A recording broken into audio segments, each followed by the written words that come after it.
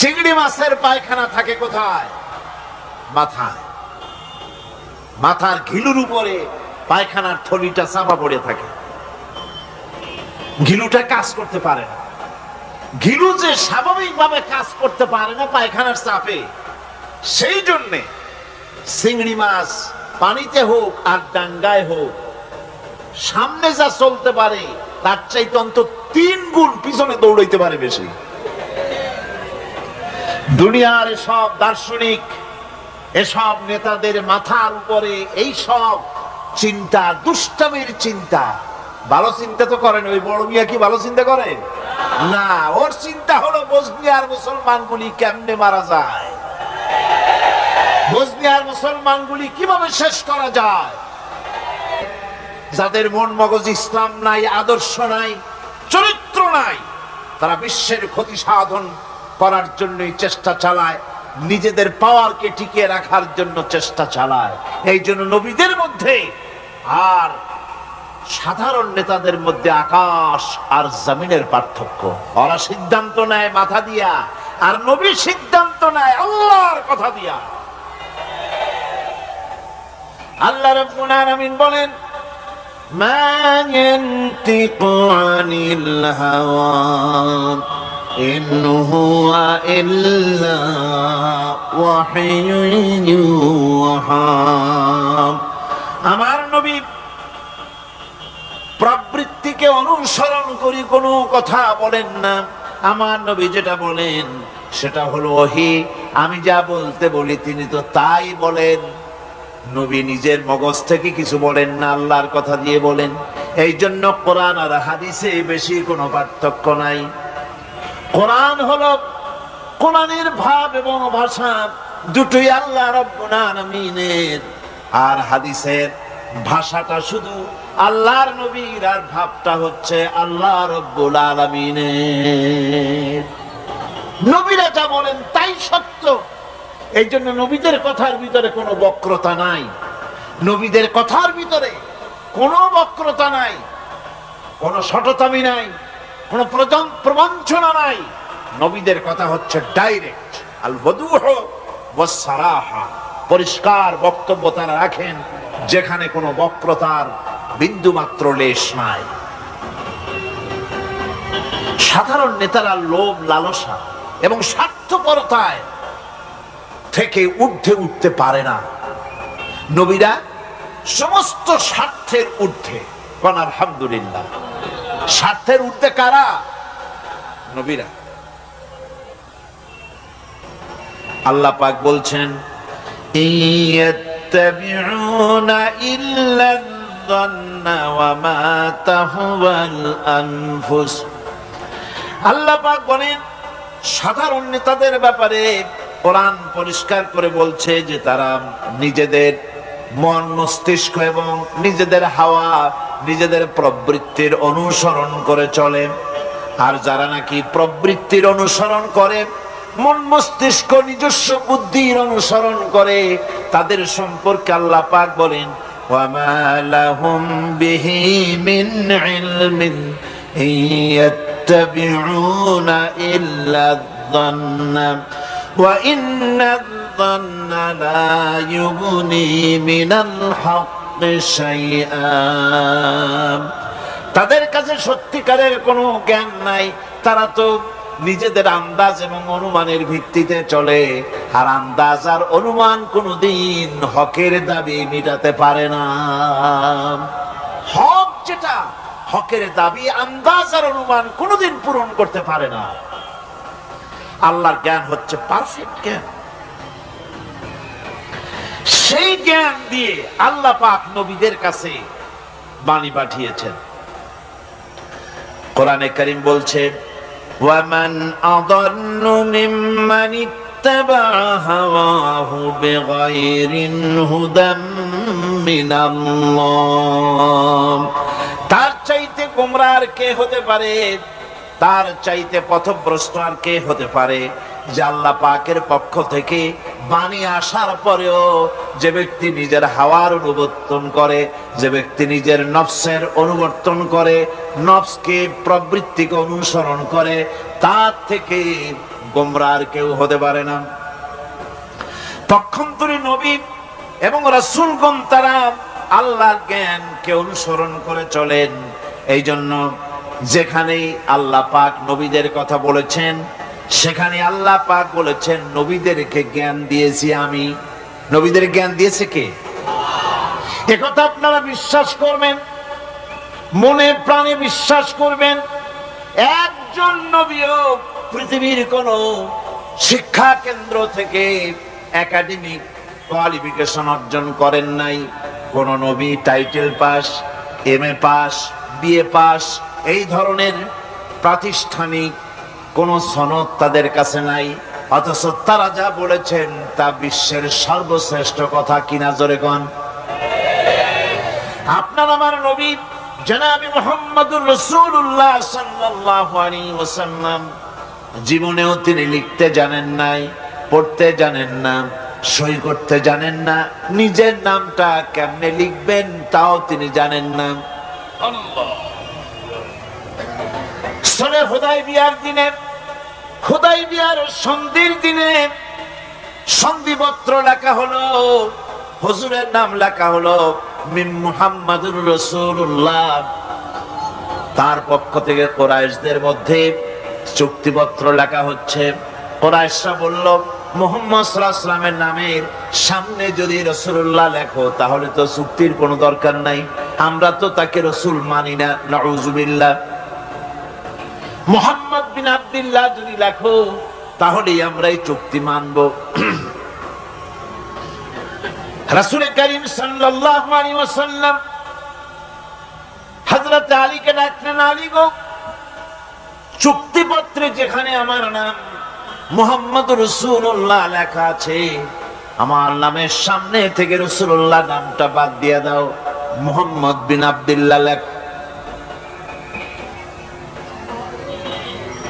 হযরত আলী বলছেন, ইয়া রাসূলুল্লাহ, সারা জীবন আপনার গোলামি করেছি, যা বলেছেন তাই শুনেছি, জীবনটাও আপনার জন্য দেওয়ার জন্য প্রস্তুত আছি, ভবিষ্যতেও যত কথা বলবেন সব মাথা পেতে মেনে নেব, কিন্তু আজকের এই হুকুম আমার পক্ষে মানা সম্ভব হবে না। আমি আলীর পক্ষে কিছুতেই সম্ভব নয় যে আল্লাহর নবীর নামের সামনে থেকে মুহাম্মদুর রাসূলুল্লাহ আমি কেটে দেব, রাসূলুল্লাহ শব্দ আমি কাটতে পারবো না, এটা আমার পক্ষে সম্ভব নয়। নবীজি বললেন, আলী, কোন জায়গায় রাসূলুল্লাহ লেখা আমারে দেখো, আমি কেটে দিই। আমার বন্ধুগণ, নাম লিখতে জানেন না, সই করতে পারেন না, পড়তে জানেন না, তিনি বলতেছেন ইন্নামা বুইসতু মুআল্লিমান, আমি পৃথিবীতে প্রেরিত হয়েছি শুধুমাত্র শিক্ষক হিসেবে দুনিয়ায় এসেছি। সুবহানাল্লাহ। দুনিয়ার কোন শিক্ষা প্রতিষ্ঠানে আল্লাহ রাব্বুল আলামিন তার হাবিবকে পড়ান নাই, যেহেতু তিনি তো বিশ্ব নবী। আমার নবী কি নবী? জোরে কোন না কি নবী? আপনার আমার নবী বিশ্ব নবী। বিশ্ব নবী সাধারণ মানুষের কাছে কি পড়বে? যে পড়াবে তার মগজ তো ছোট, তার জ্ঞান তো সীমিত। সীমিত জ্ঞান দিয়া বিশ্ব নেতারে কি শিখাবে, বিশ্ব নবীরে কি শিখাবে? এই জন্য আল্লাহ রাব্বুল আলামিন বিশ্ব নবীর শিক্ষক আল্লাহ পাক নিজে হয়ে গেলেন। কোরআনে কারীম বলছে, যখনই নবীদের জ্ঞানের কথা এসেছে তখনই আল্লাহ পাক বলেছেন আমি জ্ঞান দিয়েছি। লক্ষ্য করুন, হযরত ইব্রাহিম আলাইহিস সালাম তার পিতাকে ডেকে বলছেন, ইয়া আবাতি ইন্নী ক্বাদ জাআনি মিনাল ইলমি মা লাম ইয়াতিকা ফাত্তাবি'নি আহদিকা সিরাতান সাবিয়্যা। হে পিতা, বিশ্বাস করো, আমার কাছে এমন এক জ্ঞান এসেছে যা তোমার কাছে নাই, যা তোমার কাছে আসে না। তুমি আমার অনুসরণ করো, আমি তোমার সোজা পথ দেখায় দেবো। সুবহানাল্লাহ। তুমি আমাকে অনুসরণ করো, যেহেতু আমার কাছে যে জ্ঞান আসছে ওই জ্ঞান তোমার কাছে নাই। ইব্রাহিম আলাইহিস সালামের কাছে কার জ্ঞান আসছে? আল্লাহ রাব্বুল আলামিনের জ্ঞান। লূত আলাইহিস সালাম কি নবুয়ত প্রদান করে আল্লাহ রাব্বুল আলামিন বলছেন ওয়ালুতান আতাইনাহু হুকমান ওয়া ইলমা, আমি লূতকে আমার পক্ষ থেকে জ্ঞান দান করেছি, হিকমত দিয়েছি, বিজ্ঞান শিক্ষা দিয়েছি, আমি তাকে ইলম দান করেছি। সুবহানাল্লাহ, আমি তাকে ইলম দিয়েছি। মুসা আলাইহিস সালাম সম্পর্কে আল্লাহ পাক বলেন ওয়ালাম্মা বালাগা আশুদ্দাহু ওয়াস্তাওয়া আতাইনাহু হুকমান ওয়া ইলমা। মুসা আলাইহিস সালাম যখন বয়স সন্ধিক্ষণে পৌঁছে গেলেন, যখন তিনি পূর্ণ বয়স প্রাপ্ত হলেন এবং তিনি যখন নিজেকে সম্পূর্ণ লালন পালন করার কাজ যখন তার সম্পূর্ণ হয়ে গেল, আমি তখন আমার পক্ষ থেকে তাকে ইলম দান করেছি, জ্ঞান দান করেছি, হিকমত দিয়েছি, জ্ঞান দিয়েছি।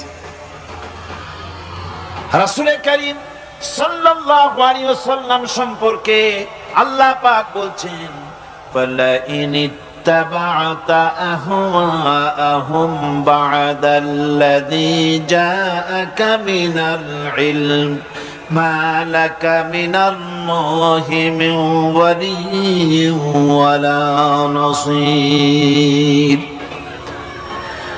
তুমি যদি জ্ঞান লাভের পরও তাদের প্রবৃত্তির অনুসরণ করো, তাহলে আল্লাহর কাছ থেকে তোমাকে রক্ষাকারী কেউ থাকবে না, কোনো সাহায্যকারী তুমি পাবে না। আমি যে জ্ঞান তোমাকে দিয়েছি এটারই অনুসরণ করো, এর মধ্যেই মুক্তি, বিশ্ববাসীর মুক্তি এই জ্ঞানের অনুসরণের ভেতরে। প্রত্যেক জাতির জন্য আল্লাহ রাব্বুল আলামিন নিজের পক্ষ থেকে রাসূল পাঠিয়েছেন। আল্লাহ পাক বলেছেন ওয়ালিকুল্লি উম্মাতির রাসূল, প্রত্যেক জাতির জন্য আমি রাসূল প্রেরণ করেছি। এমন কোন জাতি নাই যার কাছে নবী রাসূল পাঠানো হয় নাই। ওয়া ইম মিন উম্মাতিন ইল্লা খালা ফিহা নাযীর, সমস্ত নবীদের কাছে, সমস্ত উম্মতের কাছে, জাতির কাছে আমার পক্ষ থেকে আমি নবী পাঠাইছি। কল সুবহানাল্লাহ।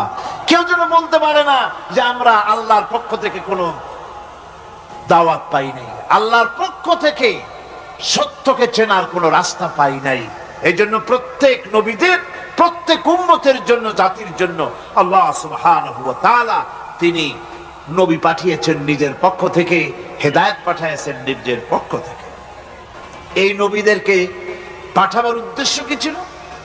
কোরআনে কারিমে আল্লাহ পাক বলেন, আমাদের নবীকে আল্লাহ পাক ডেকে বলছেন আলিফ লাম রা কিতাবুন আনজালনাহু ইলাইকা লিতুখরিজান নাস মিনাজ যুলুমাতি ইলান নূর। আলিফ লাম রা কিতাবুন আনজালনাহু ইলাইকা লিতুখরিজান নাস মিনাজ যুলুমাতি ইলান নূর। এই কিতাব আমি আপনার উপর অবতীর্ণ করেছি।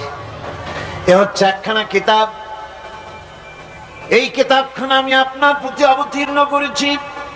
এই জন্য করেছি কিতাব অবতীর্ণ, যাতে করে মানব মণ্ডলীকে পঞ্জীভূত অন্ধকারের ভিতর থেকে বের করে আলোর দিকে নিয়ে আসতে পারেন। এ বিশ্ব হচ্ছে অন্ধকারে ভরা। পৃথিবীতে মানব রচিত যত মতবাদ আছে সব হচ্ছে অন্ধকার। সবগুলি কি? অন্ধকার। এই অন্ধকারের ভিতর থেকে আলোর দিকে নিয়ে আসবেন। আলো হচ্ছে কি? ইসলাম। আলো হচ্ছে কোরআন। কোরআনের দিকে নিয়ে আসবে, ইসলামের দিকে নিয়ে আসবে। সেই জন্য আমি আপনার প্রতি এই কোরআন অবতীর্ণ করেছি।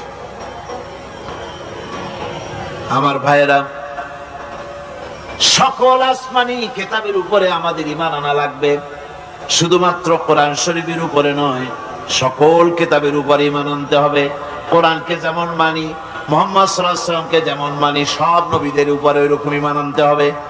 কোরআন যেমন মানি ওই রকম করে সমস্ত কিতাবের উপরে ঈমান আনতে হবে। এটার শর্তই দেওয়া হয়েছে, মুমিন হচ্ছে তারা ওয়াল্লাযীনা يؤمنون بما أنزل إليك وما أنزل من قبلك মুমিন হচ্ছে সেই সব লোক, মুত্তাকি হচ্ছে তারা যারা তোমার উপরে নাজিলকৃত কিতাবের উপর ঈমান এনেছে এবং এর আগে যত কিতাব আসছে সমস্ত কিতাবের উপর ঈমান এনেছে, তারাই হচ্ছে মুত্তাকি, তারাই হচ্ছে মুমিন। আল্লাহ পাক বলেন, নাযালা আলাইকাল কিতাবা বিল হাক্কি মুসাদ্দিকান লিমা বাইনা ইয়াদাইহি, আল্লাহ তোমার প্রতি সত্য সহকারে যে কিতাব নাজিল করেছেন আর এর পূর্বে আগত সকল কিতাবের উপরে এর সত্যতা প্রমাণ করে। এই কোরআন হচ্ছে আগের যত কিতাব নাজিল হয়েছে সমস্ত কিতাবের সত্যতা প্রমাণকারী কিতাব। এই জন্য মুমিনদেরকে বলতে বলা হয়েছে, কুল আমান্না বিল্লাহি ওয়া মা উনজিলা আলাইনা ওয়া মা উনজিলা আলা ইব্রাহিমা ওয়া ইসমাঈলা ওয়া ইসহাকা ওয়া ইয়াকুবা ওয়াল আসবাত। বলো, আমরা ঈমান এনেছি আল্লাহর প্রতি, আমাদের প্রতি অবতীর্ণ কিতাবের প্রতি, আর ইব্রাহিম, ইসমাইল, ইসহাক, ইয়াকুব এবং তার আওলাদদের প্রতি যে কিতাব অবতীর্ণ হয়েছে সমস্ত কিতাবের উপর আমরা ঈমান এনেছি। ওয়ামা উতিয়া মূসা ওয়া ঈসা ওয়ান নাবিয়্যুনা মির রাব্বিহিম লা নুফাররিকু বাইনা আহাদিম মিনহুম ওয়া নাহনু লাহু মুসলিমুন। আর মূসা, ঈসা, অন্যান্য নবীদের উপরে যত কিতাব অবতীর্ণ হয়েছে সমস্ত কিতাবের উপরে আমরা ঈমান আনতেছি, আর আমরা হচ্ছি আল্লাহ পাকের আজ্ঞাবহ, আমরা হচ্ছি আল্লাহ পাকের বান্দার মধ্যে আমরা শামিল। আল্লাহ পাক বলছেন, এই পৃথিবীতে আমি যত নবী পাঠাইছি সমস্ত নবীদের সাথে তিনটা জিনিস দিয়েছি। কয়টা জিনিস? তিনটি জিনিস দিয়েছি সমস্ত নবীদের।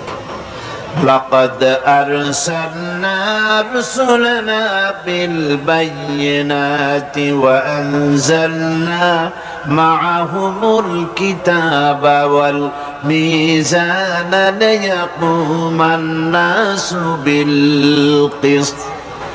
নিঃসন্দেহে আমি নবীদেরকে স্পষ্ট নিদর্শনাদি সহ এই পৃথিবীতে পাঠিয়েছি এবং সেই সঙ্গে তাদেরকে কিতাব দিয়েছি আর তাদেরকে মিজান দান করেছি, বাইয়িনাত দান করেছি। তিনটা জিনিস দিয়েছি, এক দিলাম বাইয়িনাত, আর এক দিলাম কিতাব, আর এক দিলাম মিজান। কয়টা হলো?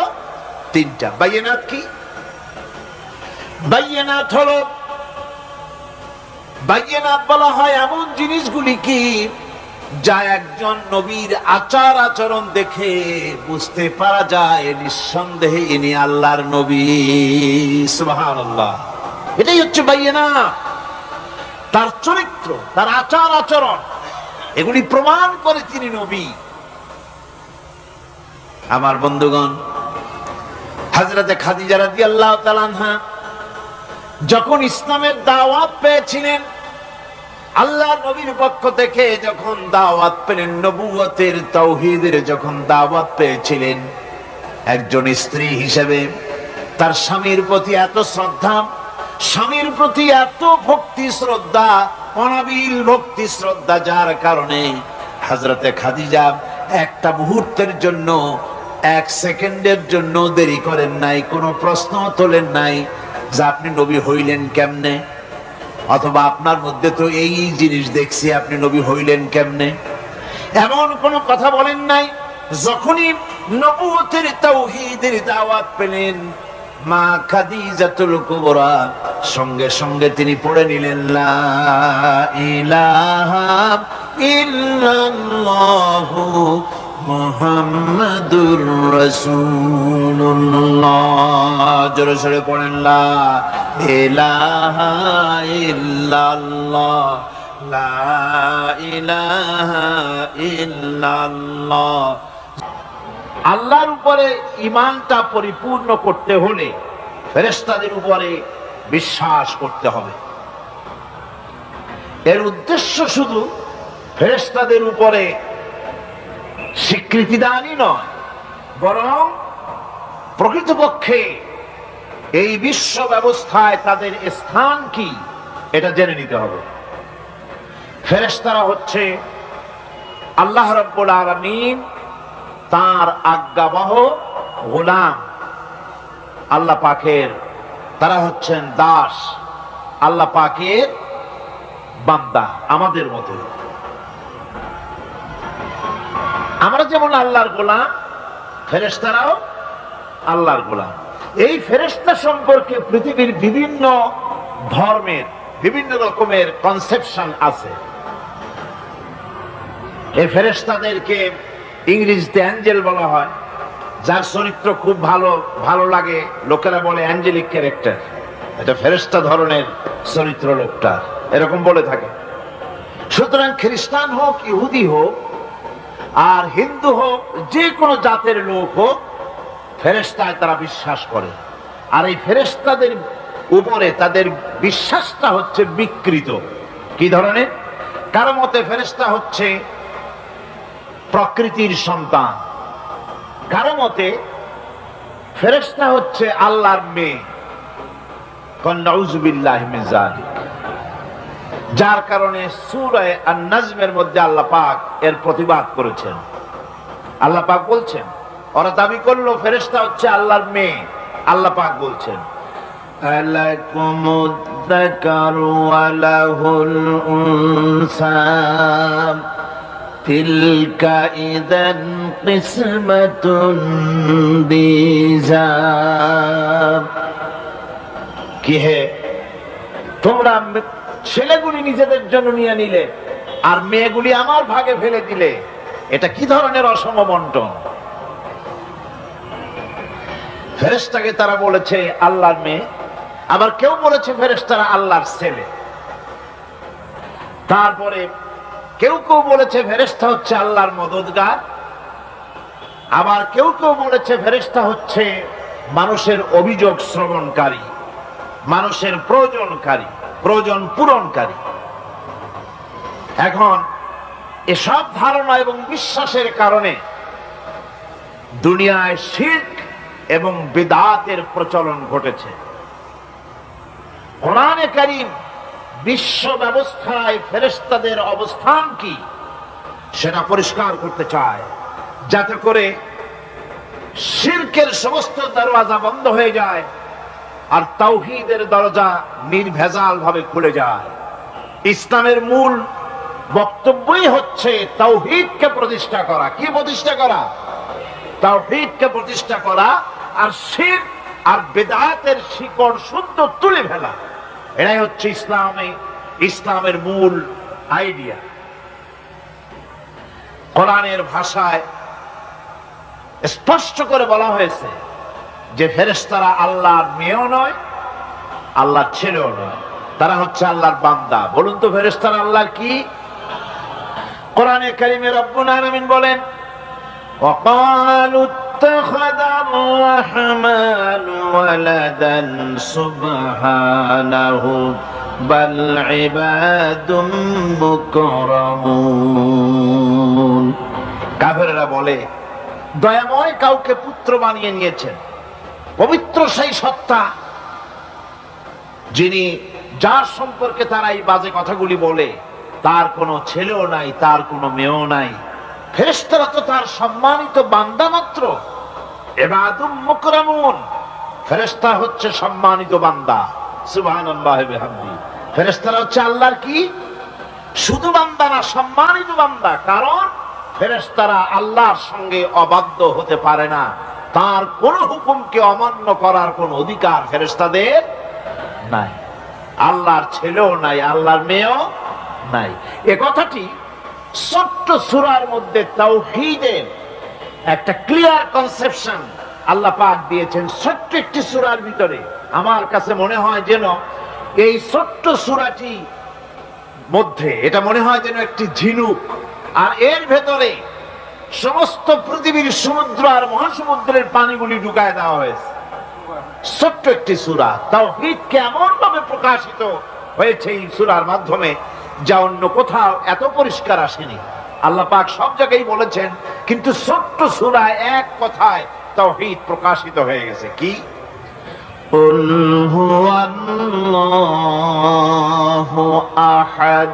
পড়েন সবাই, কুল হুয়াল্লাহু আহাদ আল্লাহুস সামাদ লাম ইয়ালিদ ওয়া লাম ইউলাদ ওয়া লাম ইয়াকুল লাহু কুফুয়ান আহাদ। আল্লাহ রাব্বুল আলামিন বলেন, নবী আপনি বলুন, আল্লাহ এক এবং একক, তিনি বেনিয়াজ, কারো মুখাপেক্ষী তিনি নন। তিনি কাউকে জন্ম দেন নাই, তাকেও কেউ জন্ম দেয়নি। আকাশের জমিনে ওই আল্লাহ রাব্বুল আলামিনের সমকক্ষ কেউ নাই। তিনি এক এবং একক। এই ফেরেশতারা হচ্ছে তার অনুগত বান্দা। ফেরেশতারা আল্লাহ পাকের ছেলেও নয়, মেয়েও নয়। এক মুহূর্তের জন্য ফেরেশতারা চুপ করে বসে থাকে না। যার যে কাজ আছে সেই কাজ নিয়ে তারা ব্যস্ত আছে। তারা ওয়াজিফা পাঠ, তাসবিহ পাঠের মধ্যে ব্যস্ত থাকে। অগণিত অসংখ্য ফেরেশতা, কেউ তো সিজদায় পড়ে আছে, কেউ রুকুতে পড়ে আছে, কেউ নামাজে দাঁড়ায় আছে, কেউ তো তাসবিহ পাঠ করতেছে। কোরআনে কারীম বলছে, ইউসাব্বিহুর রা'দু বিহামদিহি ওয়াল মালাইকাতু মিন খিফাতিহি। আল্লাহ পাক বলেন, বিজলি প্রশংসার সাথে আল্লাহ পাকের গুণকীর্তন করে, আর সমস্ত ফেরেশতারা আল্লাহকে ভয় করে ভীতির সাথে আল্লাহর তাসবিহ পাঠ করতে থাকে। সমস্ত ফেরেশতারা আল্লাহর তাসবিহ পড়ে। আপনাদের মনে আছে, আল্লাহ পাক যখন হযরত আদমকে সৃষ্টি করবেন বলে বললেন, ইন্নী জাইলুন ফিল আরদি খলিফা, ফেরেশতারা বলেছিলেন, নাহনু নুসাব্বিহু বিহামদিকা ওয়া নুকদ্দিসু লাক, আমরাই তো তাসবিহ পড়ি, আমরাই তো আপনার হাম পড়ি, আপনার তাসবিহ পড়ি, সবকিছুই তো আমরা করি, পবিত্রতা ঘোষণা করি। এর দ্বারা প্রমাণিত হয় ফেরেশতারা সার্বক্ষণিক ভাবে আল্লাহর তাসবিহ পাঠের মধ্যে তারা রত আছে। সব সময় আল্লাহর জিকির আজগারের ভেতরেই তারা ডুবে আছে।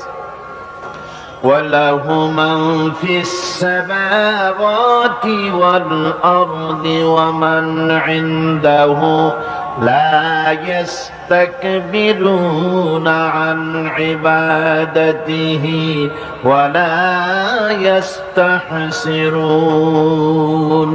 আসমান এবং জমিনে যা কিছু আছে এবং তার কাছে যা কিছু আছে সব আল্লাহর তাসবিহ পাঠে নিরত আছে। আর ফেরেশতারা তো বন্দেগী করছে আল্লাহ পাকের, আর কখনোই তারা অবদ্ধচারণ করে না, আর কখনো তারা আল্লাহ পাকের জিকির থেকে, তাসবিহ পাঠ থেকে তারা ক্লান্ত হয় না। কি হয়েছে? ঠিক হয়ে যাবে ইনশাআল্লাহ।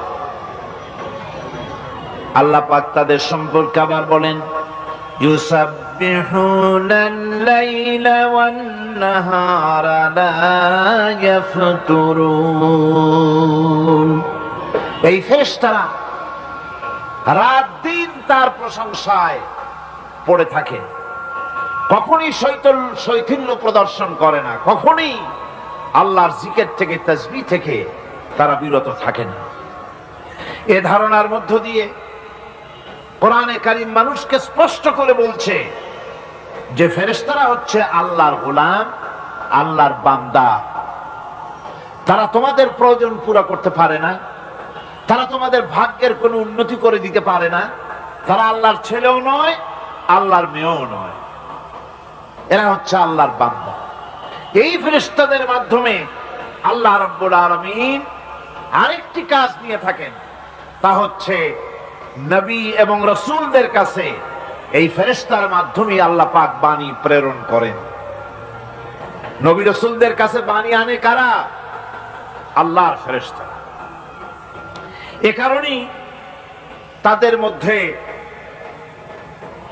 তাদের মাধ্যমে আল্লাহ পাক নবী রাসূলদের কাছে আল্লাহর বাণী পাঠান, যে এই ফেরেশতারা ওই বাণীর ভিতরে কোন রকম হ্রাস বৃদ্ধি করে না। তারা আল্লাহর অবাধ্য নয়, ওর মধ্যে তারা বাড়ায়ও না, তারা কমায়ও না, কোনো ক্ষমতা তাদের নাই।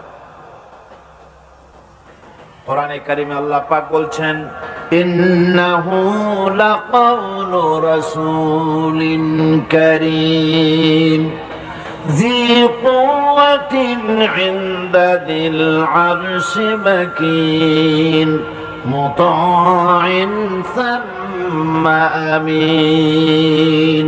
নিঃসন্দেহে এক সম্মানিত বার্তাবাহকের বর্ণনা, এক ফেরেশতার বর্ণনা। আরশ অধিপতির কাছে তিনি সম্মানিত। জিবরাইল আলাইহিস সালামের কথা বলা হচ্ছে। হযরতে জিবরাইল আমিন তিনি আল্লাহর কাছে সম্মানিত, অনুগত এবং তিনি বিশ্বাসী। আল্লাহ পাকের পক্ষ থেকে তিনি বাণী বহন করে নিয়ে আসেন, আর এর ভিতরে কোন রকম হ্রাস বৃদ্ধি করার কোন ক্ষমতা ফেরেশতার নাই। আল্লাহ পাক বলছেন, ওয়া ইন্নাহু লাতানজিলু রাব্বিল আলামিন নাযালা বিহির রূহুল আমিন। নিঃসন্দেহে এটা হচ্ছে রব্বুল আলামিনের পক্ষ থেকে অবতীর্ণ করা কিতাব, যা নিয়ে বিশ্বস্ত আত্মা অবতরণ করেছেন, অর্থাৎ হযরতে জিবরাইল আমিন। আল্লাহ পাক তাকে বিশ্বস্ত বলেছেন, শাদীদুল কুওয়া বলেছেন, প্রচন্ড ক্ষমতা তার, আল্লাহ পাক বলেছেন। এর থেকে জানা গেল যে ফেরেশতাদের প্রতি ঈমান শুধু আল্লাহর প্রতি ঈমানের জন্যই নয়, বরং কিতাবের প্রতি, নবীদের প্রতি ঈমান আনার জন্য ফেরেশতাদের প্রতি ঈমান আনা জরুরি। ফেরেশতাদের উপর ঈমান আনা কি জরুরি, অত্যন্ত জরুরি। ফেরেশতাদের উপর তৃতীয় আরেকটি কারণে ঈমান আনতে হয়, সেটা হচ্ছে আল্লাহ পাক তাদের মাধ্যমেই কাজগুলি করে থাকেন। ফেরেশতারা হচ্ছে আল্লাহ পাকের রাষ্ট্রীয় কর্মচারী, আল্লাহ পাকের স্টাফ। তাদের মাধ্যমে আল্লাহ বৃষ্টি, কোথাও বৃষ্টি দেন, কোথাও রহমত পাঠান, কোথাও গজব দেন, কোথাও ভূমিকম্পের সৃষ্টি করেন, কোথাও জলোচ্ছ্বাস, কোথাও ক্ষুধা, কোথাও দারিদ্র ইত্যাদি। পৃথিবীর ভিতরে আযাব, গজব, শান্তি যা কিছু আল্লাহ পাক করতে চান, এই ফেরেশতাদের মাধ্যমেই তা করে থাকে। এক কথায় ফেরেশতারা হচ্ছে আল্লাহ পাকের রাষ্ট্রীয় কর্মচারী। এই কথা এভাবেই বিশ্বাস করতে হবে যে ফেরেশতারা কখনো অবাধ্য হয় না, অবাধ্য হওয়ার কোনো ক্ষমতাই তাদের নাই। তারা আল্লাহ পাকের বাধ্যগত আজ্ঞাবহ কর্মচারী। ফেরেশতাদের উপরে ঈমানটা এই পর্যন্তই আমি আপনাদের সামনে বললাম। ফেরেশতাদের প্রতি ঈমান আনার ব্যাপারে এই তিনটি কথা আপনাদের সামনে পেশ করেছি। এখন 3 নম্বরে যে কথাটি বিশ্বাস করতে হবে সেটা হলো কিতাব। কিসের উপর ঈমান? কিতাবের প্রতি ঈমান। ইসলামের পরিভাষায় কিতাব বলতে বোঝানো হয় সেই বাণীকে, সেই নির্দেশকে, সেই গ্রন্থকে। বড় বড় কিতাব, তার মধ্যে সর্বশেষ যে কিতাবখানি তার নাম হচ্ছে কোরআন। জোরে বলেন, তার নাম কি? আল কোরআন। এটি হচ্ছে সবচেয়ে বড় কিতাব এবং মুকাম্মাল কিতাব। অন্যান্য কিতাবগুলিতে যা বলা হয়েছে তার থেকে অনেক বেশি শরীয়তকে মুকাম্মাল করে আল্লাহ রাব্বুল আলামিন কোরআনে কারীমের মধ্যে এটাকে পরিপূর্ণ করে দিয়েছেন। নবুয়ত আর কিতাব দুটি জিনিসের ভিতরে একটা সম্পর্ক আছে। নবুয়ত এবং কিতাব দুটোই আল্লাহর পক্ষ থেকে আসছে। নবুয়ত আসছে কার কাছ থেকে? আর কিতাব আসছে আল্লাহর কাছ থেকে। নবুয়ত এর দাবি কেউ নিজের থেকে করতে পারে না, এ কথা আমি বহুবার আপনাদের সামনে আলোচনা করেছি। নবী দাবির ভিত্তিতে হয় না, নবী আল্লাহ বানান। ইলেকশন করে নির্বাচন করে এমপি বানানো যায়, মন্ত্রী বানানো যায়, প্রেসিডেন্ট বানানো যায়, চেয়ারম্যান বানানো যায়, মেম্বার বানানো যায়, কিন্তু ইলেকশন করে নবী বানানো যায় না। নবী ইলেকশনে হয় না, নবী হয় কিসে? সিলেকশন। নবী কিসে হয়? সিলেকশনে। সিলেকশনটা করেন কে? আল্লাহ রাব্বুল আলামিন। সুতরাং নবী আল্লাহর কাছ থেকে আসে, আর কিতাবও আল্লাহর কাছ থেকে আসে। নবী যদি কিতাব ছাড়া আসতেন, খুব ভালো করে বোঝেন, নবী যদি কিতাব ছাড়া আসতেন আর কিতাব যদি নবী ছাড়া আসতো, তাহলে মানুষের ধর্ম পালন, জীবনের কর্তব্যবোধ, জীবন পরিচালনা এবং ধর্মকে অনুধাবন করা দারুণ ভাবে সুকঠিন হয়ে পড়ত। কোরআনের নমুনাই হচ্ছে, কিতাবের নমুনা হচ্ছেন আম্বিয়ারা।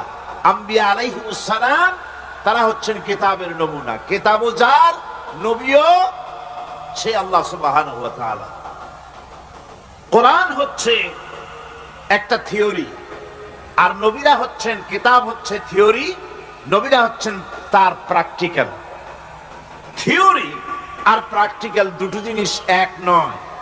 যেমন আমি যদি কাগজে লিখি র দন্তেশ্ব গয় ওকার লয় লয় আকার, কাগজে লিখে দিলাম, কি হলো কন্ত? বলুন সবাই, কি হলো? এখন যদি আপনারা এইটার উপরে চাটেন, মিষ্টি লাগবে?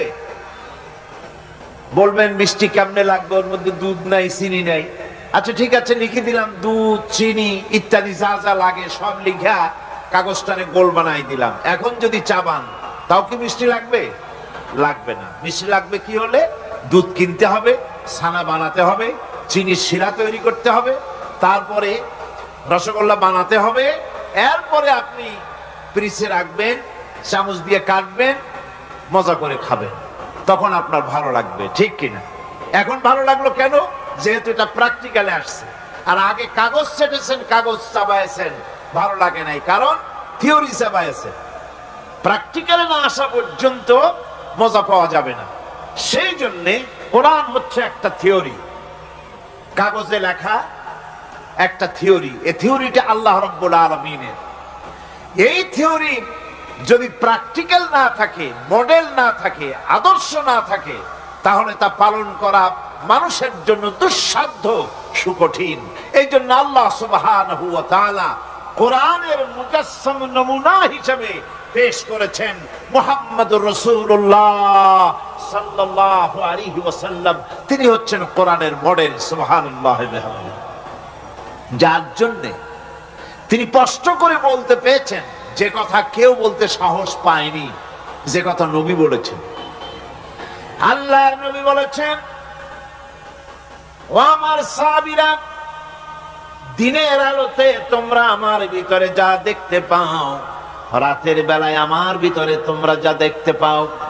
ও আমার স্ত্রীরা, দিনের আলোতে আমার ভিতরে যা দেখতে পাও, রাতের আধারে আমার মধ্যে যা দেখতে পাও, যে সব আচরণ, আমার চলাফেরা, দিন ও রাতের আলোচনাগুলি, দিন ও রাতের চরিত্রগুলি, দিন ও রাতের আমার কর্তব্য পালন, আমার মধ্যে যা দেখতে পাও সবগুলি খুলে খুলে মানুষের সামনে বলে দাও।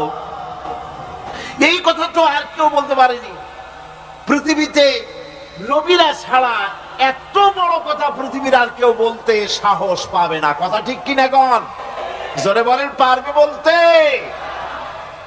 যত বড়ই মুহাদ্দিস হোক, মাওলানা হোক, খাজা বাবা হোক, নামের আগে যতই 5 হাত লম্বা ডিগ্রি লাগান না কেন, কাগজে যখন নাম লেখে হুঁশ থাকে না। কত যে লেখে, কি যে লিখলে, শুধু নামের সামনে আলাইহিস সালাম টুক বাদ রাখে, আর সব লিখে আবেগের ঠেলায় অস্থির হয়ে যায়।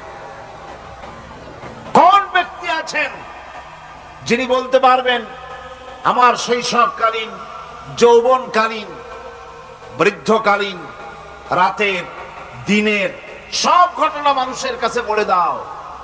কেউ কি পারবে বলতে? না।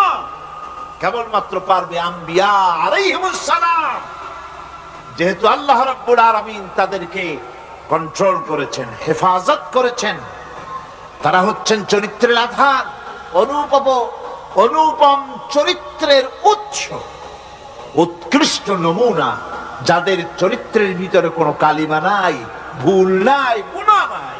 মহব্বতের সাথে বলেন সুবহানাল্লাহ। এই জন্য নবী, নবুয়ত আর কিতাব দুটোই আসছে আল্লাহর কাছ থেকে। সেই জন্য বিশ্ববাসীর বাঁচার পথ নবীদের অনুসরণ। বিশ্ববাসীর বাঁচার পথ কি? নবীদের অনুসরণ। কেউ বলে আমরা অমুকের উত্তরসূরি, আমরা অমুকের সৈনিক, তমুকের সৈনিক, বলেন এরকম? আমি নামগুলি নাই নিলাম, আপনারা খাবে খাবে মিলায় নেন। আমরা অমুকের উত্তরসূরি, অমুকের সৈনিক, হ্যান ত্যান বলেন। তমুকের সৈনিক হয়ে তার কাছ থেকে পাবা কি? বিশ্ববাসী গ্রহণ করতে পারে এমন আদর্শ কে দিতে পেরেছেন? এই পৃথিবীতে এই পৃথিবীর বুকে অনেক নেতা এসেছেন, রাজনৈতিক নেতা এসেছেন, সেনাপতি এসেছেন, পৃথিবীর এই রঙ্গমঞ্চে এসেছে অনেক বীর সেনানী, অনেক দার্শনিক, অনেক কবি সাহিত্যিক পৃথিবীর বুকে এসেছেন, কবিতা লিখেছেন, সাহিত্য রচনা করেছেন, গান গেয়েছেন, বক্তৃতা করেছেন, যুদ্ধ করেছেন, দেশ জয় করেছেন, তরবারির আঘাত দিয়ে পৃথিবীর চেহারা পাল্টায় দিয়েছেন। এরকম বহু মানুষের আবির্ভাব ঘটেছে বিশ্বের বুকে। বলুন তো দেখি, কোন দার্শনিক, কোন রাজনৈতিক নেতা, কোন কবি, কোন সাহিত্যিক, কোন ব্যক্তি এমন আছে যার সারা জীবনের আদর্শ পৃথিবীর মানুষ গ্রহণ করতে পারে? কথা বুঝে আসে নাই মনে হয়। তো নাইটা আসতে কইলেন কেন? না, একটা বিগ জিরো পৃথিবীতে, একটা কি বিরাট একটা শূন্য। এই বিরাট শূন্যতার ভেতরে উন্নত মানের চরিত্র নিয়ে আবির্ভূত হয়েছেন পৃথিবীর বুকে আল্লাহর নবীরা। তাদের চাইতে সেরা চরিত্র আর কারো নাই। এই জন্য অমুক দলের তমুক নেতা, তাতে হইছে কোন কি নাই বা বললাম, ওর মধ্যে আছে কি? তার পিছনে দৌড়ায় লাভ কি? এই জন্যে দৌড়াতে হবে। যদি মুক্তি পেতে চায়, এই বিশ্ব যদি বাঁচতে চায়, এই পৃথিবী যদি বাঁচতে চায়, এই পৃথিবীর জনগোষ্ঠী যদি বাঁচতে চায়, তাহলে দৌড়াতে হবে নবীর পিছনে। কার পিছনে? জোরে কোন, কার পিছনে? আমার বন্ধুগণ,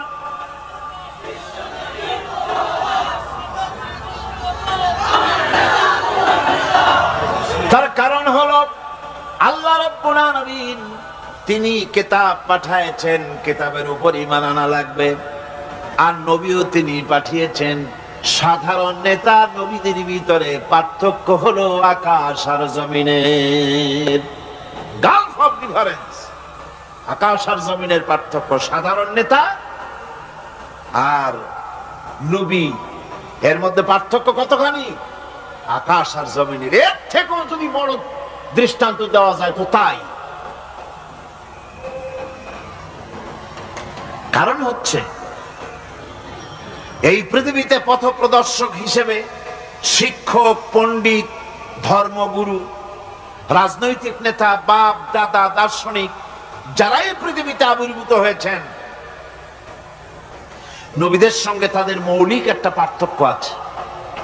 সে মৌলিক পার্থক্য হচ্ছে সাধারণ লোকের, সাধারণ নেতারা সিদ্ধান্ত নেন মন মস্তিষ্ক প্রসূত জ্ঞান দিয়ে। খুব ভালো করে বোঝেন, যত বড় মাপের নেতা হোক, বর্তমান পৃথিবীর বড় মিয়াকে, এত তাড়াতাড়ি ঠিক পাইলেন আপনারা?